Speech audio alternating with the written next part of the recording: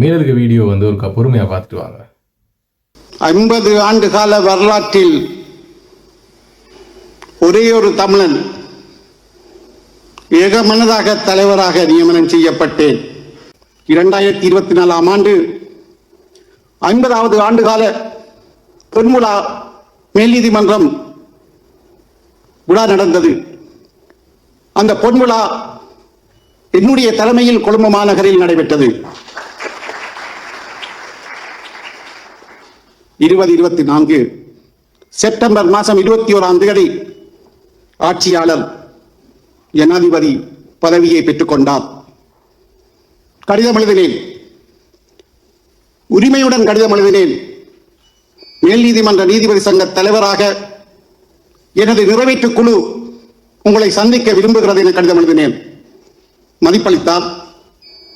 கார்த்திகை மாதம் 28ஆம் தேதி 2024 எங்களுக்கு சந்திக்குமாறு அழைப்பு விடுக்கப்பட்டது. எனது தலைமையில் 10 நீதிபதிகள் கலந்து கொண்டோம். ஆட்சியாளரை ஜனாதிபதி செயலகத்தில் சந்தித்தோம். நான் ஒருவர்தான் தமிழன்.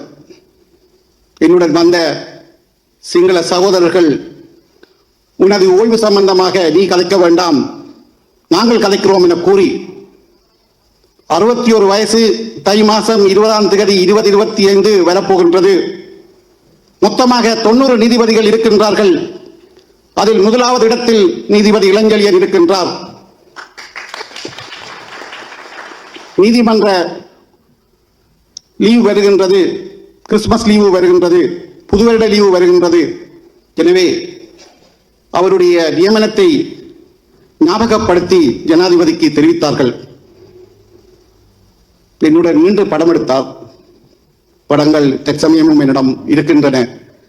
ஜனாதிபதியா வந்தவரை முதலாக சந்தித்த நீதிபதியும் நான் தான். சந்தோஷமாக கழித்தார். ஆனால் தை மாதம் 12ஆம் தேதி மேன்முறையீட்டு நீதிமன்றத்தில் இருந்து 4 நீதிபதிகள் உயர் நீதிமன்றம் நியமனம் பெற்றார்கள். 4 வெற்றிடம் மேல்முறையீட்டு நீதிமன்றில் நான் முதலாவது மேல் நீதிமன்ற நீதிபதியாக இருக்கின்றேன். 8 நாட்கள் தான் இருக்கின்றன. 61 வயது முடிவடைவதற்குள் பதவி உயர்வு வழங்கப்பட வேண்டும். அதான் சட்டம். 8 நாட்கள், 12ஆம் தேதி வெற்றிடம், 20ஆம் தேதி தை மாதம் என்னுடைய ஓய்வு, என்னுடைய கஷ்டகாலம். 13ஆம் தேதி ஜனாதிபதி தோழர் அனுரகுமார திசாநாயக்க சீனா சென்றார். 18ஆம் தேதி சனிக்கிழமை வந்தார். 19ஆம் தேதி ஞாயிற்றுக்கிழமை, 20ஆம் தேதி காலை நான் நீதிமன்றத்தை விட்டு வெளியேறினேன். எனக்கு பதவி உயர்வு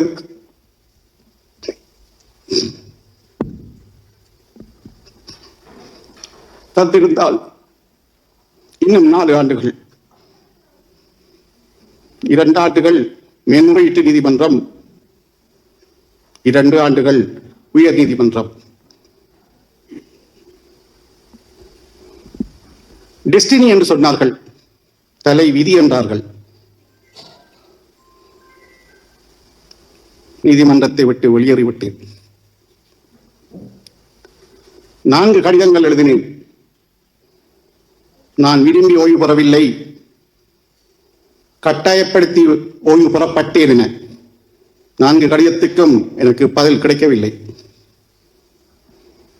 ஆனால் நான் ஜனாதிபதி நல்லவர், நான் நீதிபதி, யாரையும் குறை சொல்லக்கூடாது. குறை சொல்லும் இடத்தில் நானும் இல்லை. அவர் ஏன் தரவில்லை, எங்கே தவறு நடந்தது, ஏன் நிவர்த்தி செய்யப்படவில்லை, இன்று கூட அது நிவர்த்தி செய்யப்படலாம், அந்த சிந்தனையும் இல்லை. அது சம்பந்தமாக நான் பின்னுக்கு தெரியவும் இல்லை.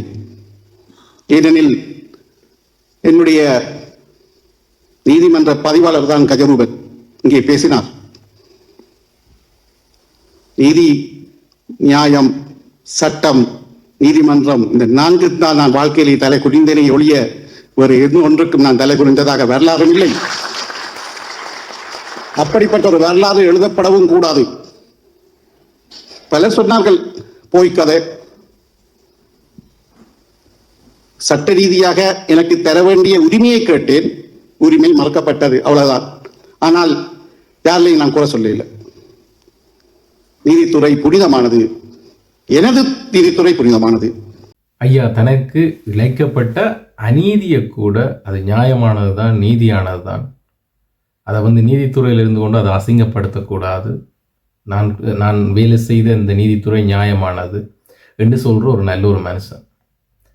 உண்மையுமே இவர் வருகிற மாகாண சபை தேர்தலில் நின்றாராக இருந்தால் இவரை நாங்கள் கட்டாயம் வெற்றி பெற வைக்கணும். அதுதான் தமிழ் மக்களுக்கு கிடைக்கிற அதாவது நாங்கள் அவர் பதவி உயர்வின் போது அவர்களுக்கு சதி செய்யப்பட்டு கட்டாயமான ஒரு விடுமுறையில், அதாவது அவருக்கு பென்ஷன் வயசு வந்துட்டுன்னு சொல்லி அனுப்பப்பட்ட ஒரு நபரை கடவுள் சிலவுல முடிவெடுத்திருக்கலாம். அவர் அரசியலுக்குள்ளே வர வேண்டிய ஒரு நபர் தான் என்று சொல்லி, தமிழ் மக்களுக்காக அரசியலுக்குள்ளே வர வேண்டிய ஒரு நபர் என்று சொல்லி முடிவெடுத்திருக்கலாம். நிச்சயமாக ஐயாவை அப்படியான ஒரு சந்தர்ப்பம் உருவாகினால் அவர் நிப்பன் மாகாண சபை தேர்தல் என்று உறுதியான பிறகு தமிழ் மக்களாகிய நாங்கள் நிச்சயமாக அவருக்கான ஆதரவை கட்டாயம் கொடுக்க வேண்டும்.